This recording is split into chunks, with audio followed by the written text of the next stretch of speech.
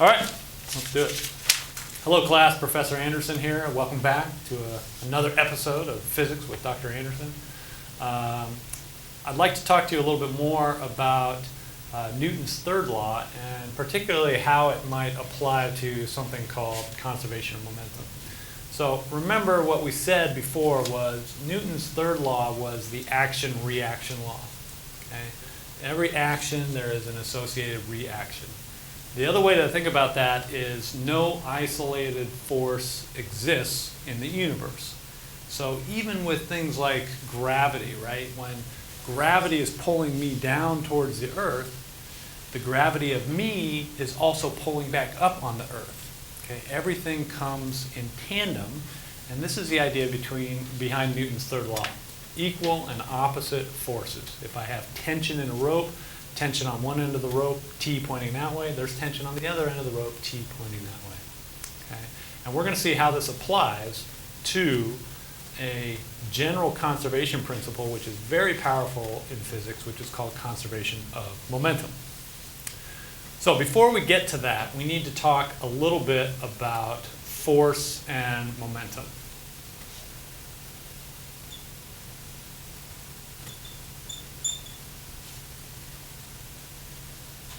So we are familiar now, of course, with force. What do we know? We know that force equals mass times acceleration, right? Newton's second law.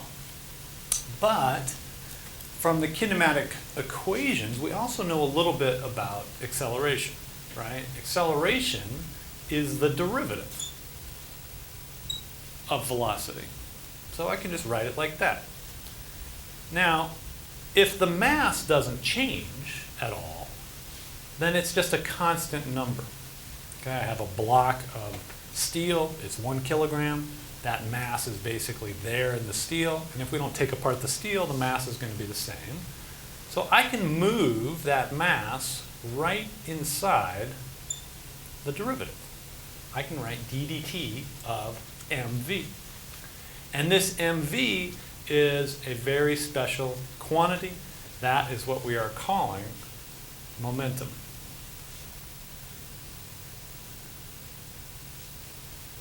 Momentum P is just equal to mv. Okay, so this is a new quantity that we are now going to talk about in physics.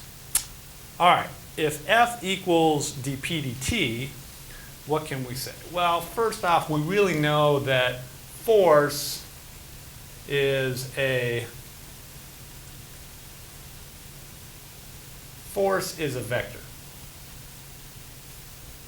Okay, so anytime we write force, we should really write that. Okay, if you want the magnitude of F, it's without the arrow on top. If you want the vector, it's with the arrow on top. So if F equals dp dt, then this thing, P, must be a vector.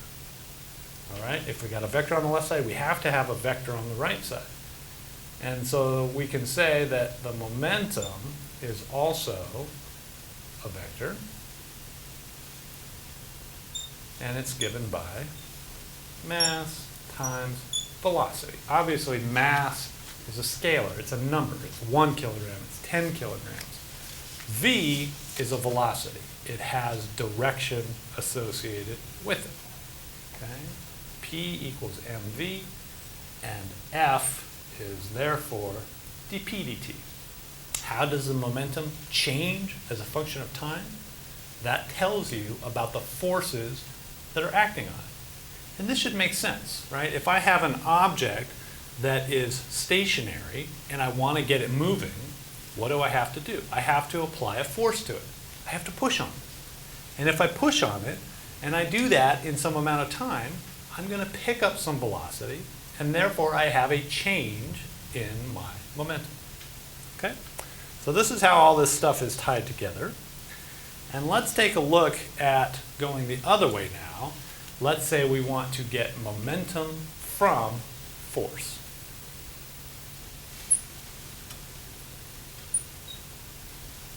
Okay, what we had was force equals dp dt. Now let's just multiply both sides by dt.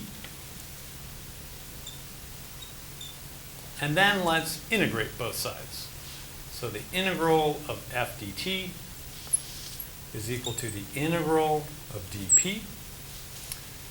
The integral of dp is delta p. And this is something very special which we are calling the impulse. And we're going to use J as the symbol for impulse. What is impulse? It is the change in momentum. It's just delta p. What is delta p? It's the integral of f dt. Okay? So impulse J is the integral of f dt.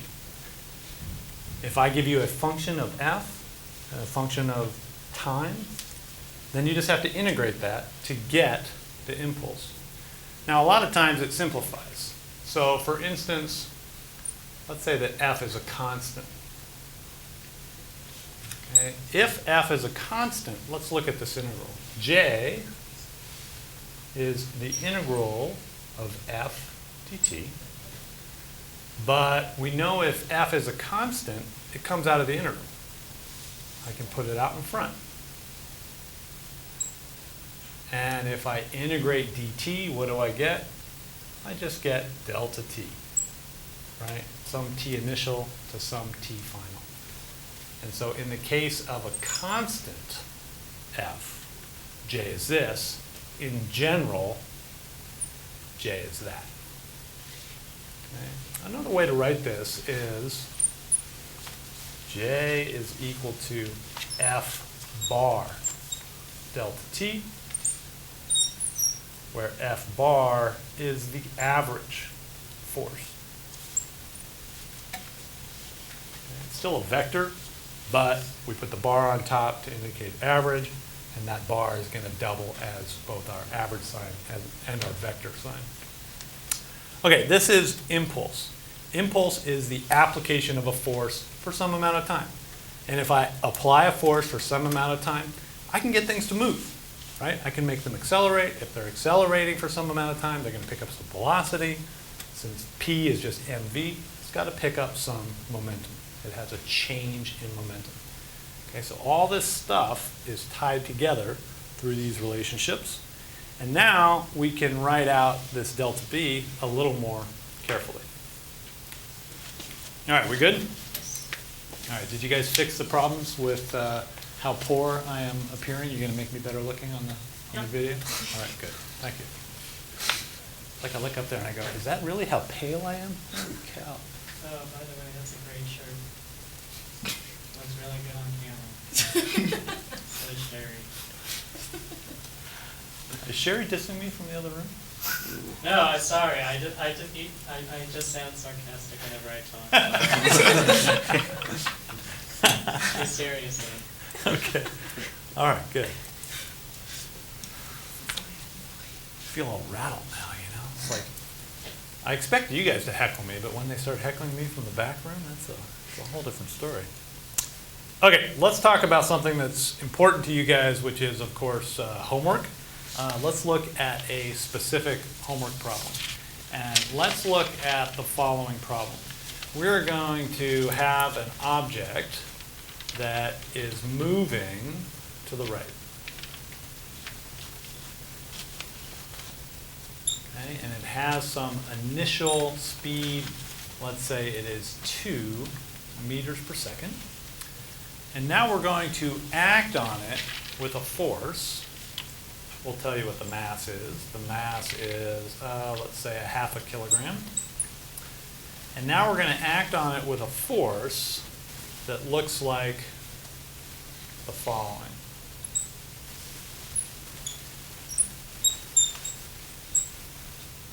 And we want to calculate what is the final speed of this object. Okay? And the force that we are going to impart on it looks like this. Here is f sub x as a function of time, and we will say it is 0 until this point, and then it drops down to some negative value, and then it goes back to 0. Okay? And we'll give you some numbers here. We'll say that this is negative 3, and this time is 0.5 seconds. Okay? Ball moving to the right, we're going to apply this force to it, and we're going to see what the final speed is. So let's see if we can draw a picture of this thing. Here's our ball. It is moving to the right. We can call that the positive x direction. Initially, it has some VI, and later, after we've applied this force, it's going to have some VF. We don't know if it's to the right, we don't know if it's 0, we don't know if it's to the left, but let's just draw it to the right to start with, and we'll see if we can figure something out. So, let me ask you guys a question. Will VF be less than VI, equal to VI, or bigger than VI? Anybody have a thought on that?